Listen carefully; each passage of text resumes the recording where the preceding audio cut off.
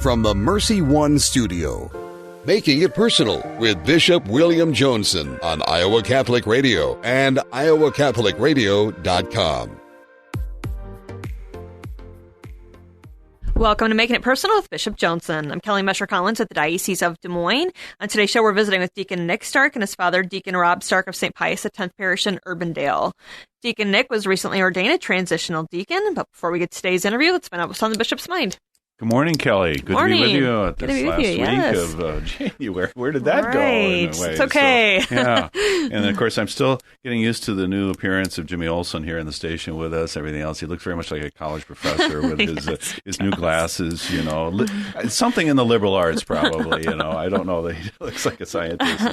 But no, the week of Christian unity concluded on Monday, as always, with the conversion of St. Paul. Whether it's a conversion per se, because he was zealous for the Lord, in many ways, but that call within the call that happened to him and that experience that I think for many of us, and hopefully we'll hear with Deacons Nick and Rob, something of their own call, whether it was a conversion or not, but they're opening to the Lord, that they would lay their lives down in that way. And I think that's something the church always wants to discern with people and ultimately ratify.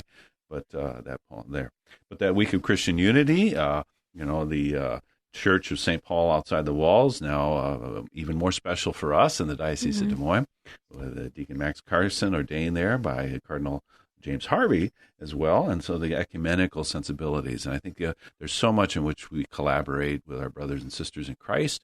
Father John Ludwig is our vicar for ecumenical matters here, familiar to many of you, retired, but continuing to serve in so many ways. So how God continues to orient us and draw us in different ways. I was fortunate last Saturday with kind of our deacon-themed show to meet with our present class of deacon candidates and their wives. So it was a great opportunity to sit down on a Saturday and have a one-on-one with them, and about an hour to each one throughout the Saturday. So getting to hear more of their story and confirming that call that they continue to commit themselves a great deal of study and other spiritual enrichment, but ultimately through spiritual direction and other things, to know themselves as beloved sons, and their wives, beloved daughters of the Lord. And I think everything else follows from that when we're convinced of the unconditional love of God that's given to us. So we did that on the feast of St. Vincent Ferrer, the deacon and martyr, the famous saint that was there, and we wanted to bring that forward.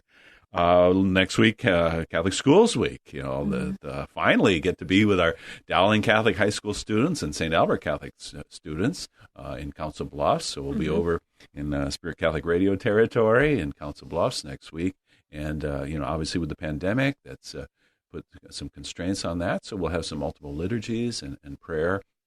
But finally some FaceTime in person with people, and feeling blessed. And many of us are awaiting the opportunity for vaccinations. We're very grateful as clergy to Mercy One Health and CHI, who saw fit that as part of their care team, they considered priests and their ability to minister to the sick, offer them the sacraments of anointing, Eucharist, and confession if they are able. And so, that priests have undergone vaccination willingly. That'll be extended in the net to our deacons as well. But I think, the confidence in that they can go in. And I think, we want to blaze a trail. And obviously our governor is making available to people through age 65, beginning with February 2. So we see more and more that opportunity to serve the common good and to find protection on a personal level. And going forward with the vaccinations that were there. We're mindful of all people who find themselves in peril, and workers of various ways. We were aware of the high incidence of infection at the meat packing plants and throughout the state of Iowa. I think some of the legislation that's proposed to protect, and how Catholic religious sisters, we've noted, have banded together with those who are conscious of the leverage that they have in a positive way to make their voices heard, to hold companies accountable. In terms of how are they doing in terms of the protection of their workers. We don't simply want to ramp up more legislation, but how, that concern. And so even within the Diocese of Des Moines, that's a pivotal point with our Catholic Foundation of Southwest Iowa, the value screening for those things. And I think there's a certain leverage with the funds that the Catholic Foundation possesses to see, are we consonant with Catholic social teaching? All right, we're going to take a quick break. When we return, we'll welcome Deacons Nick and Father Rob Stark, his father, Rob Stark. This is Making It Personal with Bishop Joensen. What is the best gift ever? Giving a Catholic education is at the top of my list. Your contribution to CTO helps families send their children to our Catholic schools who otherwise could not afford it. In giving to CTO, you receive the best tax credits ever. Pledge or donate online at ctoiowa.org. The bottom line, it's for the kids and their future. Support for Iowa Catholic Radio and Catholic Women Now provided in part by Marr Security, providing security solutions for homes and businesses since 1953. Marr Security is a Catholic-owned family business supplying security systems, access control systems, video surveillance, fire alarm systems, and video doorbells. All alarm systems are monitored out of their monitoring center located in the state of Iowa. Marr Security, 515-244-5660, permarsecurity.com. Welcome back. I'm Kelly Mesher-Collins of the Diocese of Des Moines. You're listening to Making It Personal with Bishop Joensen. On today's show, we're visiting with Deacon Nick Stark and his father, Deacon Rob Stark of St. Pius X Parish in Urbandale. Deacon Nick was ordained a transitional deacon on December 30th, and we'll be visiting with him about their vocation, story, Catholic faith, and more. Good morning to both of you, Deacons Rob and Nick. And Deacon Nick, that has a nice sound to it now as one who's known you for some time, but that kind of 12 days of Christmas, the gift of your ordination, not only to your own family, but to our Des Moines diocesan family as well. So thank you for taking time to be with us today.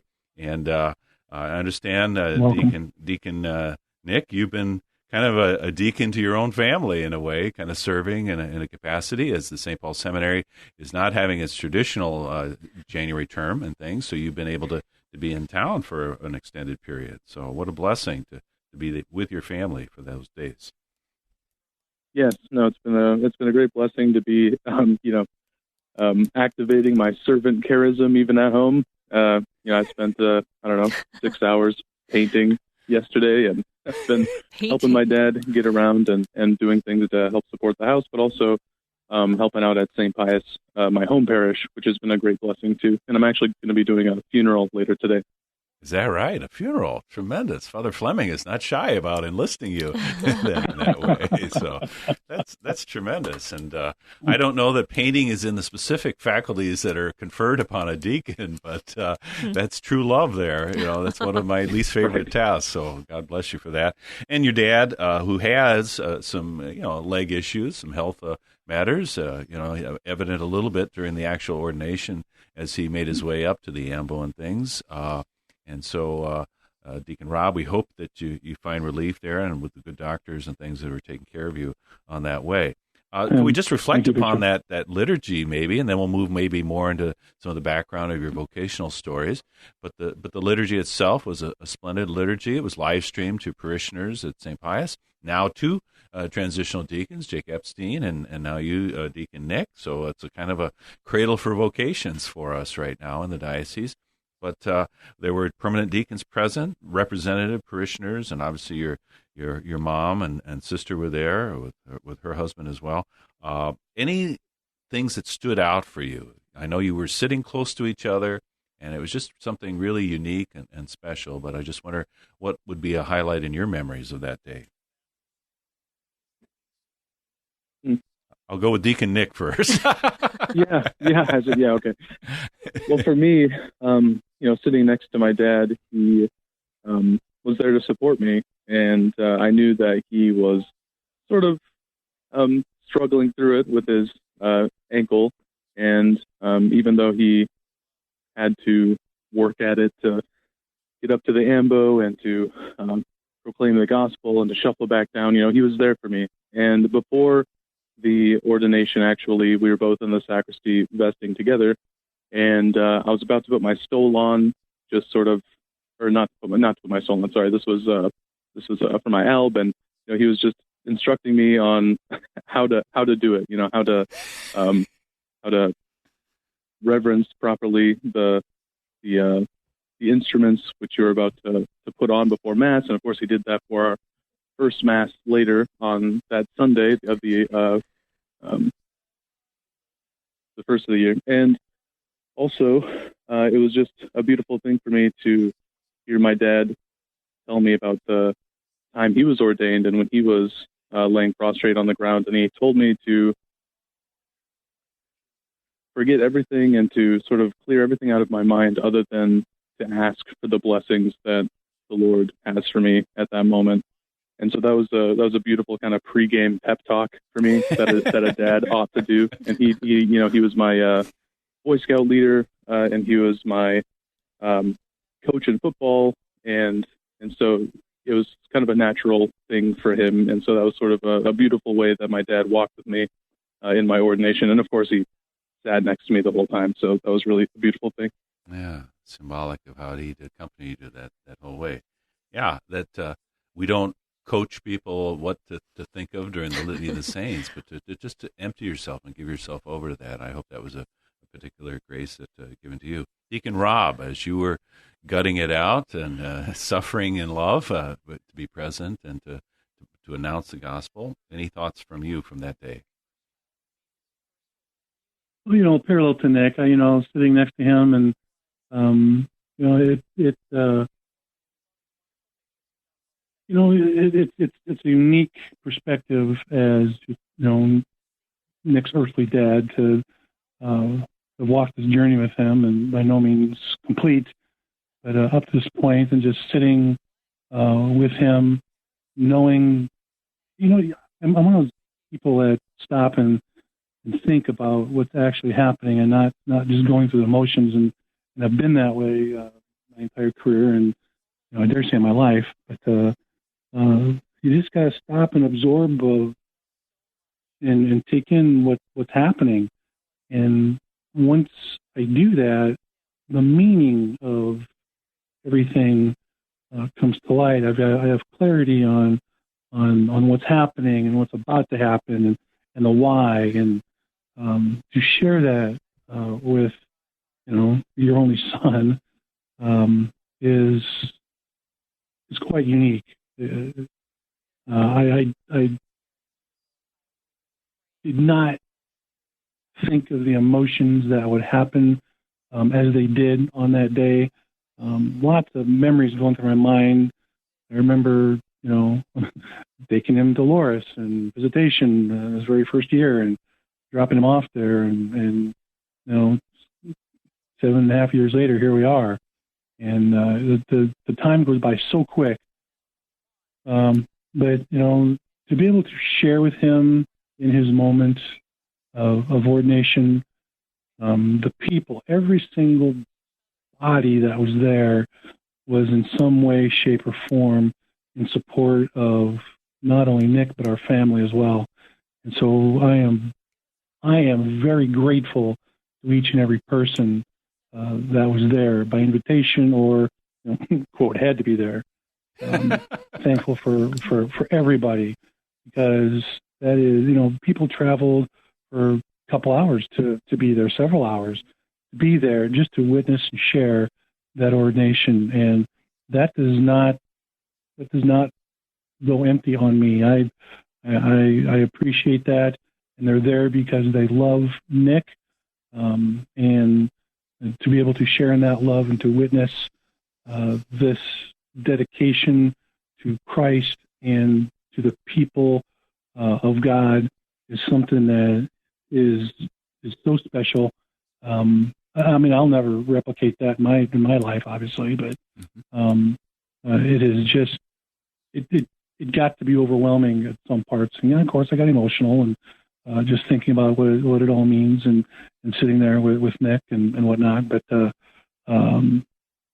certainly when you laid your hands on him and he lies prostrate, and the obedience and all.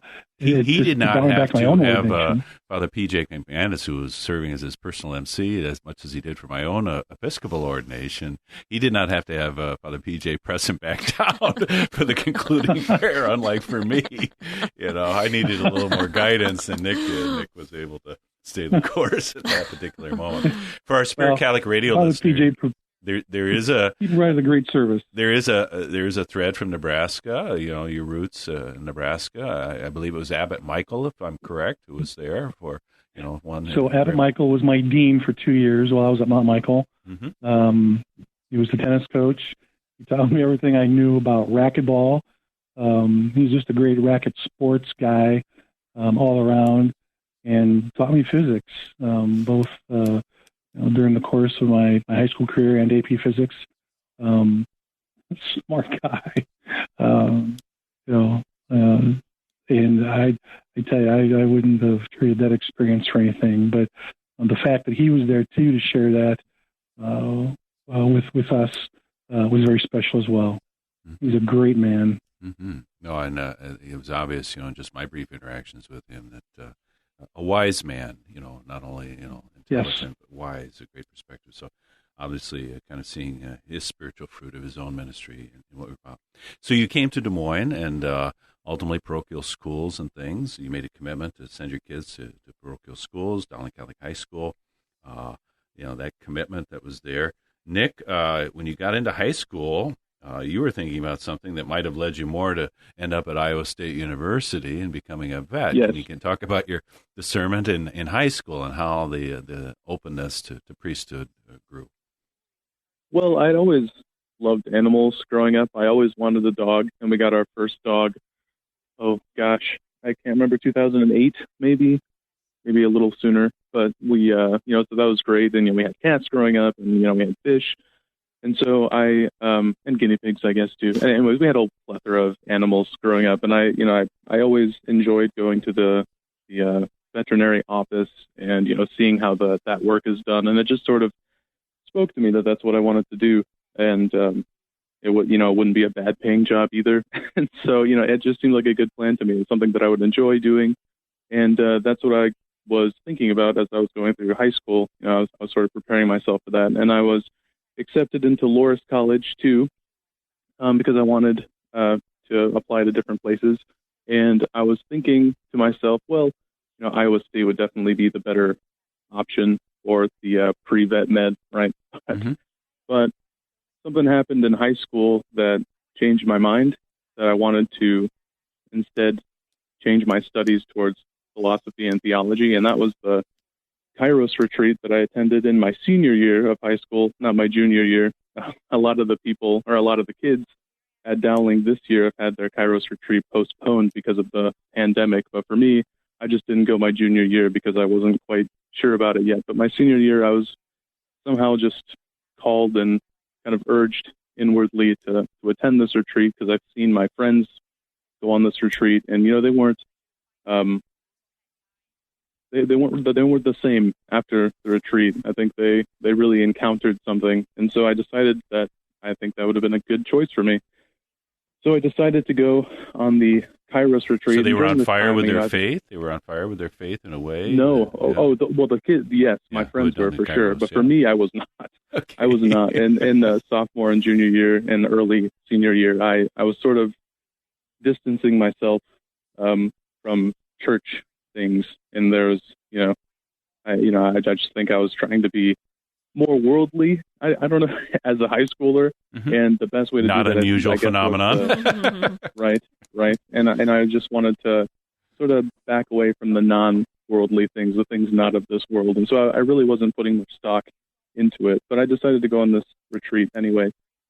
And when I went, yes, it was a beautiful experience, and there were so many great things about the retreat. But the one moment that struck me the most was going to confession.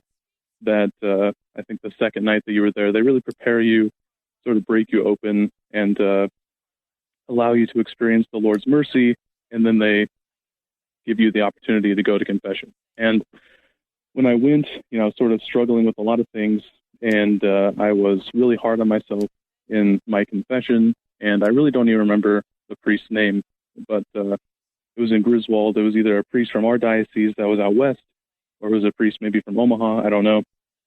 But he just... It wasn't a Jesuit priest, right? No, I'm kidding. I don't know. But to be honest, I don't remember who it is. But he, which is even more beautiful for the story. But it's he just asked me very simply, since I was being so just hard on myself and struggling to accept the Lord's love, he just asked me very simply, do you know how much God loves you? And really just left it at that, sort of let it simmer in the confessional for a couple of minutes. And in that moment, it just opened up the gates to allow the Lord's love into my heart. And it was really the first genuine encounter with the Lord in such a profound way for me in my life.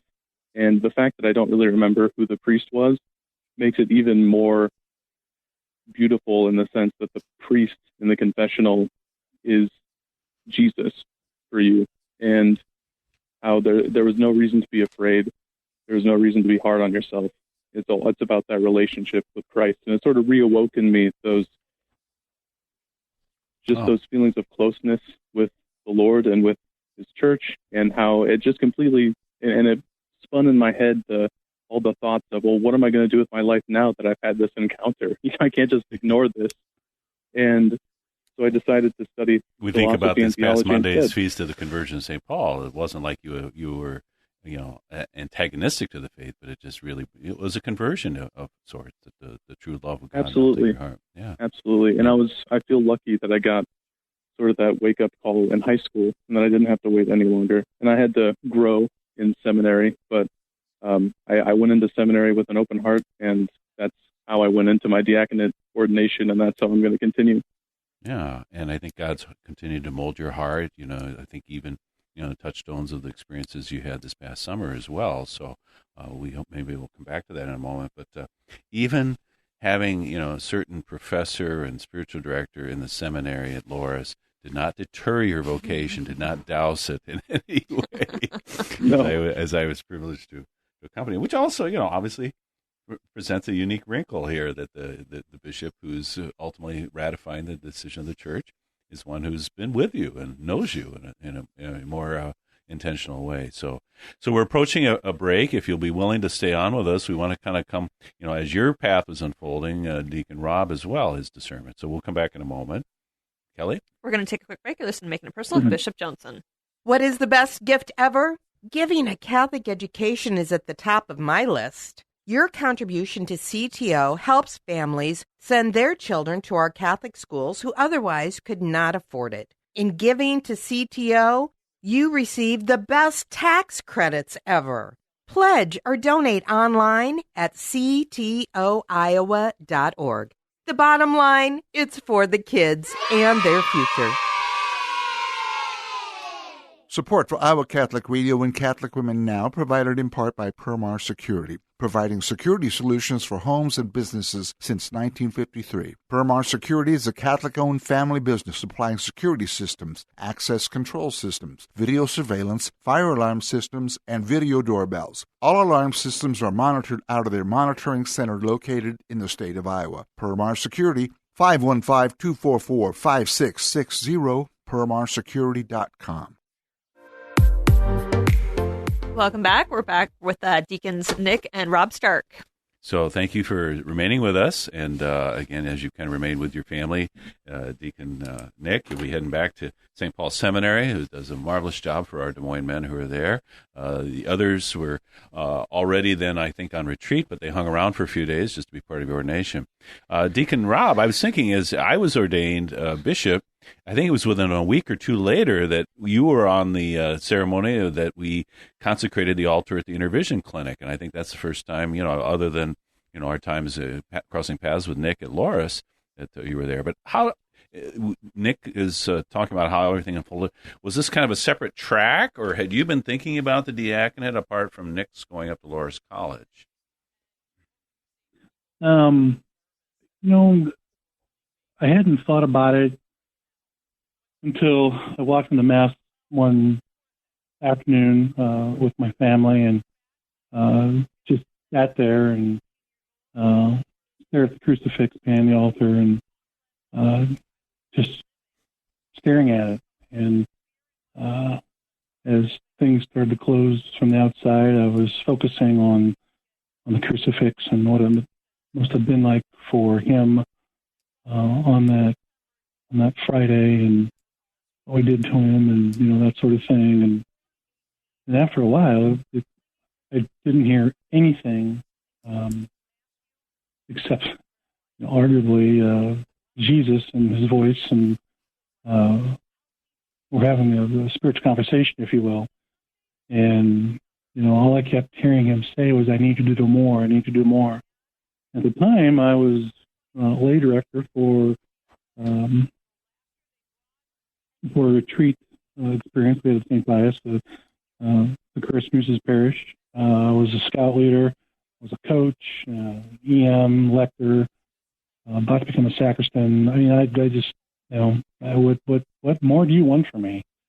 And then all of a sudden Mass had started, and then Carol jabbed me at my side, and, people were standing, and there was a procession was starting and whatnot. And I kept all that quiet and just pondered on what that meant. And we had a deacon at that particular Mass, and as he was reading the gospel, I'm thinking, no, there's no way that you're calling me to become a deacon.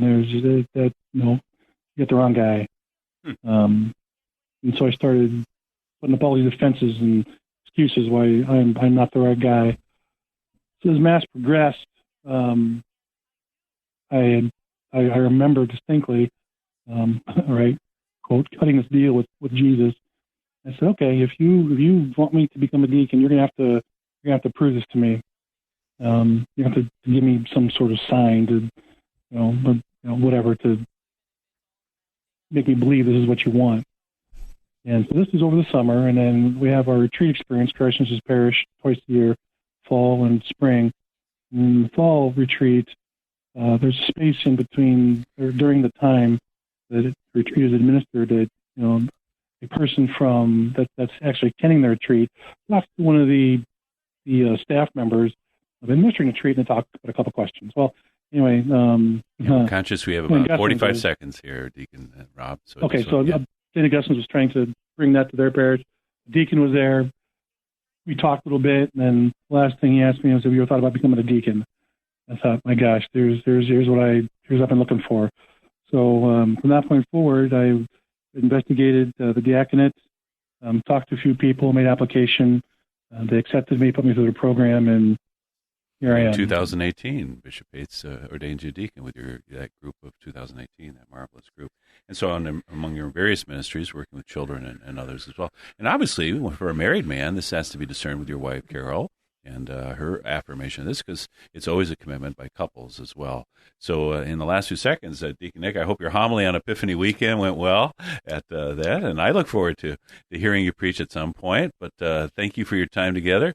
We continue that the oils continue to anoint you as you go forward. This has been another edition of Making It Personal with Bishop Joensen. You can hear Making It Personal with Bishop William Joensen every week on Iowa Catholic Radio and iowacatholicradio.com.